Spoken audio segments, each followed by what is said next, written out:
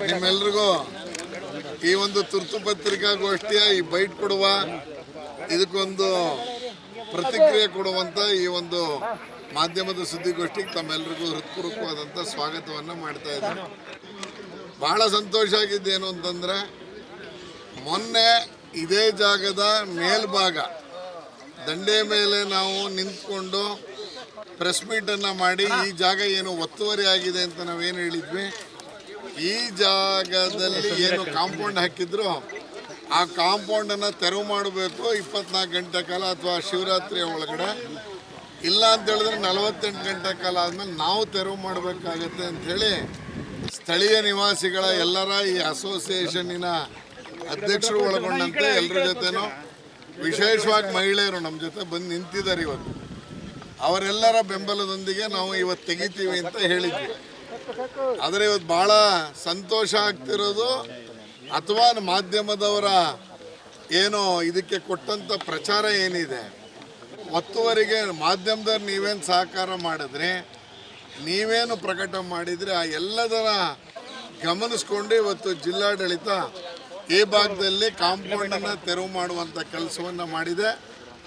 ಹಾಗಾಗಿ ಅಧಿಕಾರಿಗಳಿಗೆ ಮೊದಲನೇದಾಗಿ ಅಭಿನಂದನೆಯನ್ನು ಸಲ್ಲಿಸ್ತೀನಿ. ಯಾಕೆ ಅಂತ ಅಂದರೆ, ಇವತ್ತು ನಾವು ಮೊನ್ನೆ ಈ ದಂಡೆಯ ಮೇಲ್ಗಡೆ ನಿಂತ್ಕೊಂಡು ಪತ್ರಿಕಾಗೋಷ್ಠಿ ಮಾಡಿದ್ವಿ.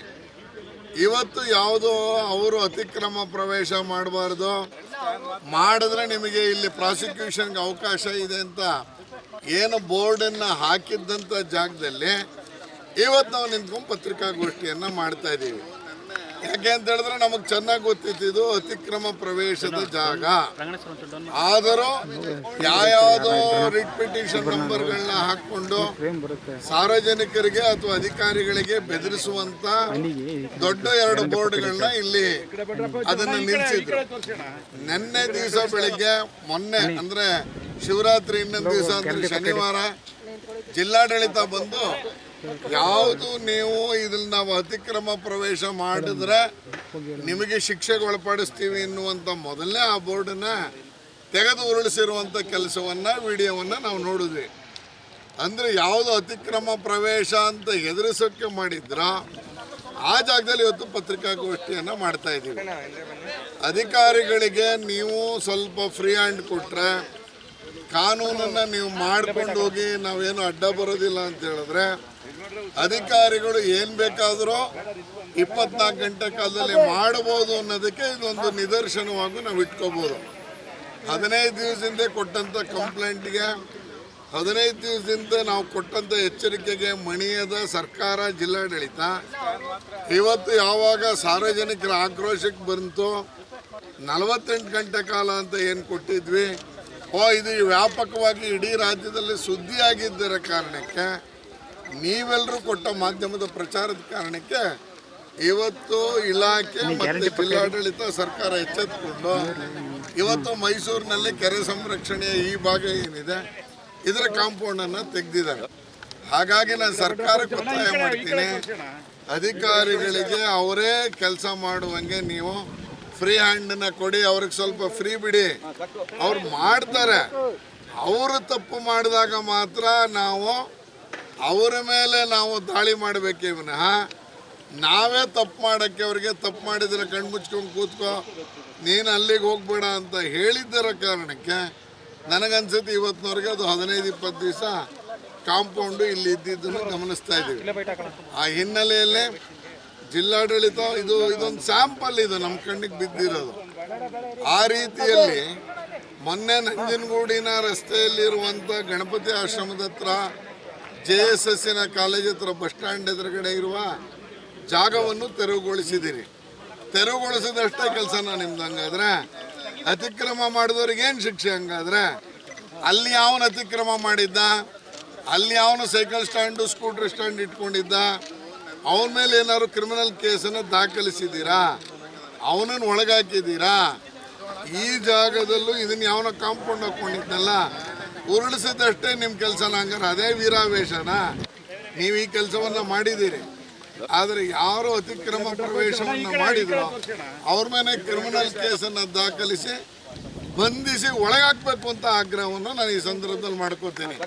ಯಾಕೆಂತ ಹೇಳಿದ್ರೆ ಶಿಕ್ಷೆ ಏನಾದ್ರು ಕೊಡಲೇಬೇಕು ನಾವು.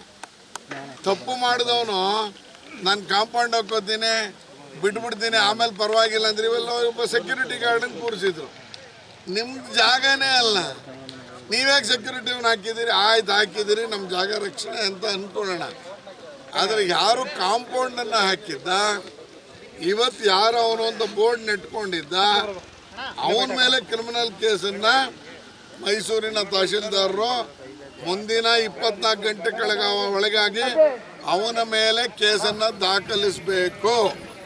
ನೀವೇ ಕೊಡಬೇಕು. ಇಂಥ ಜಾಗದಲ್ಲಿ ಇಂಥವನು ಅತಿಕ್ರಮಣ ಮಾಡಿಕೊಂಡಿದ್ದ, ನಾ ತೆರವು ಮಾಡಿದ್ದೀನಿ, ಅದರ ಚಾರ್ಜ್ ಇಷ್ಟಾಗಿದೆ, ಅದರದ್ದು ವಸೂಲಾತಿಯನ್ನು ಮಾಡಿಕೊಂಡು ಅವನ ಮೇಲೆ ಕ್ರಿಮಿನಲ್ ಕೇಸನ್ನು ದಾಖಲಿಸಬೇಕು ಅನ್ನುವಂಥ ಆಗ್ರಹವನ್ನು ನಾನು ಮಾಡ್ತೀನಿ.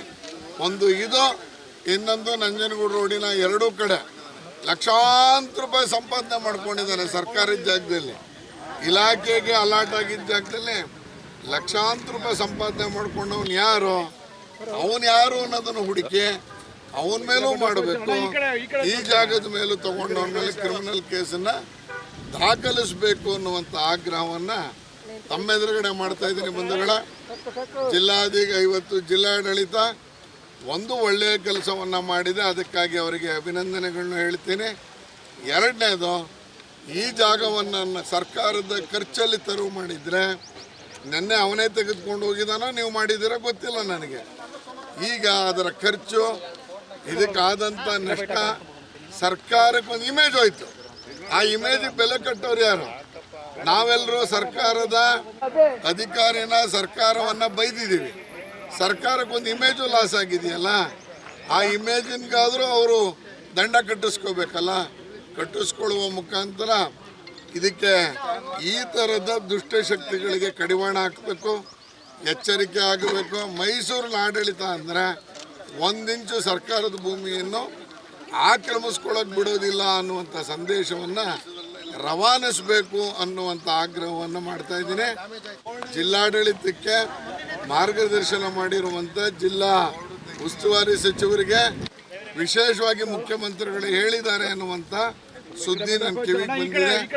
ಮುಖ್ಯಮಂತ್ರಿಗಳಿಗೆ ಇದಕ್ಕೆ ಸಂಬಂಧಪಟ್ಟಂಥ ಎಲ್ಲರಿಗೂ ನಾನು ಹೃದಯಪೂರ್ವಕ ಧನ್ಯವಾದವನ್ನು, ಈ ಜಾಗವನ್ನು ಉಳಿಸಿದ್ದಕ್ಕೆ ನಾನು ಅವರೆಲ್ಲರಿಗೂ ಮಾಡ್ಕೋತೀನಿ. ಮತ್ತು ನಿಮ್ಮೆಲ್ಲರಿಗೂ ನಾನು ಹೃದಯಪೂರ್ವಕ ಧನ್ಯವಾದವನ್ನು ಮಾಧ್ಯಮದವ್ರಿಗೂ ಹೇಳ್ತೀನಿ.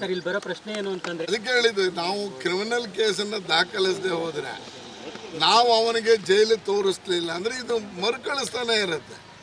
ಇವತ್ತಿದು ನಾಳೆ ಮತ್ತೊಂದು ಜಾಗ ಆಗ್ಬೋದು. ಆ ಹಿನ್ನೆಲೆಯಲ್ಲಿ ನನಗೆ 2 ಪ್ರಕರಣಗಳು ಗಮನಕ್ಕೆ ಬಂದಿತ್ತು. ಅದು ನನಗೆ ಆ್ಯಕ್ಚುಲಿ ನಂಜನಗೂಡು ರೋಡ್ ನನ್ನ ಗಮನಕ್ಕೆ ಬಂದಿರಲಿಲ್ಲ, ಮಾಧ್ಯಮದ ಮುಖಾಂತರನೇ ಗೊತ್ತಾಗಿದೆ. ಅದು ಮಾಧ್ಯಮದವರೇ ಹುಡುಕಿರೋದು.